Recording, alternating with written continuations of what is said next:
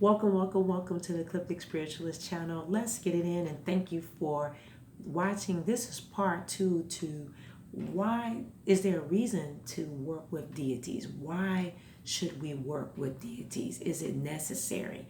So this part two to this topic, and I get these questions in my emails and different things in my local state. So I want to answer them because we get it so you can grow. So why do you even want to work with a deity anyway?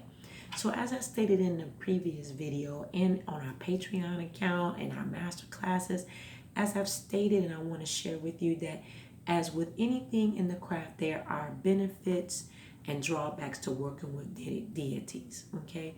These are pros and cons that need to be carefully considered before you enter into a relationship with any being, even entering a relationship with another modern spiritualist or practitioner.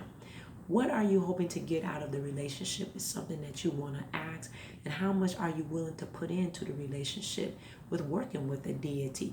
A relationship with a god or a goddess is very much like another relationship in that it requires a certain amount of time and intention to build your trust and closeness. So it's not like a wham bam, thank you ma'am, one night stand, I get something from you to help me and then I'm gone. No, it's a relationship that you have to build. And as of with any relationship, it should be reciprocal. So you should be getting something out of your deity relationship. And this might be assistance with your magical workings, emotional support. A god or goddess will give to you, help you in pursuit of your practice, learning, advice, and direction when you seek it, and much more. Every relationship of this kind will be different. Every god and goddess's relationship that you have will be different. It's just like people. Gods and goddesses are individuals. They each have their own personalities, like, dislikes, and talents. It's very true. They will each be able to offer you something different. Beyond that, you are also an individual, and your relationship with the deity will be entirely different from the relationship with another person has with that same deity. So say whomever you may work with, let's say you may work with Ganesha. Use him as an example. I work with Ganesha. So your relationship with Ganesha may be different than my relationship with Ganesha. You may have Freya as your goddess. Each person's relationships and how they respond is different, just like different people. But essentially, you should go into any deity relationship with the understanding that the relationship you build with them is entirely unique to you. Okay? What you give to them and what they give to you in return will be unique to your relationship. This means it is very important for you to know what you're looking for before you get into a relationship with a god and goddess. In the same way that you will want to have the same idea of the qualities you're looking for a romantic partner before you start dating. You need to have a good idea of the kind of relationship you want before you start introducing yourself to deities. This is important for two major reasons, okay? First, by knowing what you're looking for out of the deity relationship, you can narrow down your potential options when researching deities. For example, if death freaks you out, then working with the death god or goddesses is not likely to be your best interest, and you can knock any of them off your list. In my case, I work with death goddess and goddesses. I work with them. That's a very powerful, strong strength of minds that have come to me. That may not be what floats your boat.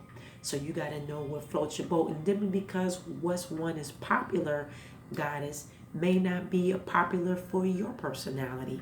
One thing that I go over a lot in our Patreon account, I go over the areas of goddesses.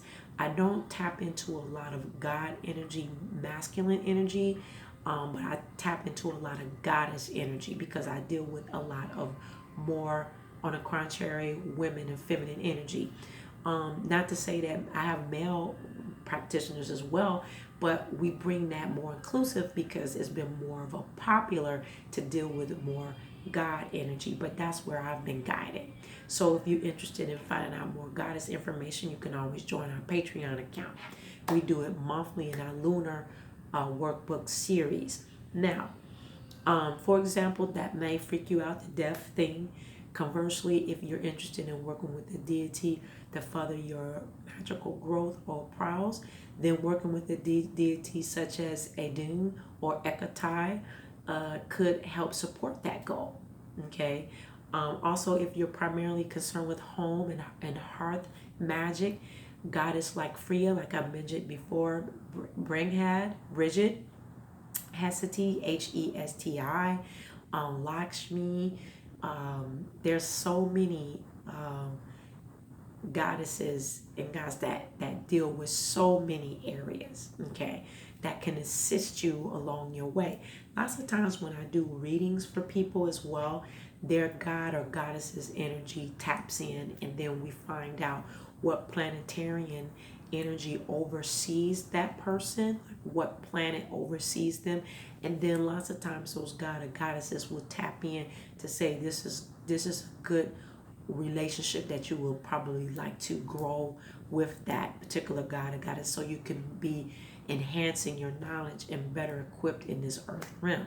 But secondly, the second reason is if you don't know the kind of relationship that you're looking for, you're very likely to end up with the first thing that you stumble across. So I could tell you right now that relationships begun on these terms rarely end well. Okay, if you have no idea what you're looking for or what you're willing to give to a goddess or god or deity, then you won't have the necessary discernment to find a deity who works well with you. Discernment comes along with diligence and consistency, not a new jack to the practice. And only how you're going to know that is to use your discernment. And that's a whole nother topic, but master classes here and joining Patreon will help you grow in that area. Discernment is very important. Deities are just as capable of being manipulative and taking advantage of a person as any other spiritual being. And it's up to you to set boundaries around what you will and won't accept in a relationship.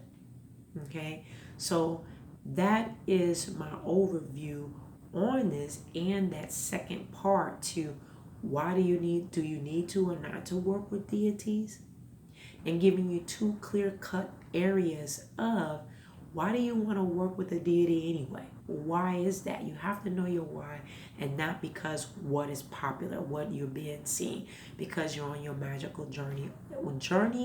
And also spiritual journey is a lifestyle. It's not a fad, it's not a trend, it's not an outfit, it's not a hairstyle, it's not a look. It's a lifestyle and a responsibility to yourself and to those that you may have an influence over. It is a lifestyle, a spiritual muscle that must be developed and worked. Okay, I love you for watching today. Let me know down in the comments below, why do you even want to work with a deity anyway? And if you do, who do you work with, if you care to share that? And did you know you needed to develop a firm relationship or understand yourself first? We offer therapeutic readings that will change your life, along with spiritual work, altar visuals, master classes, so much more. We have a Patreon group, North Node community, that's here on the Ecliptic Spiritual channel. Like and share the videos here. Grow and go with us and continue to dive deep in yourself first always.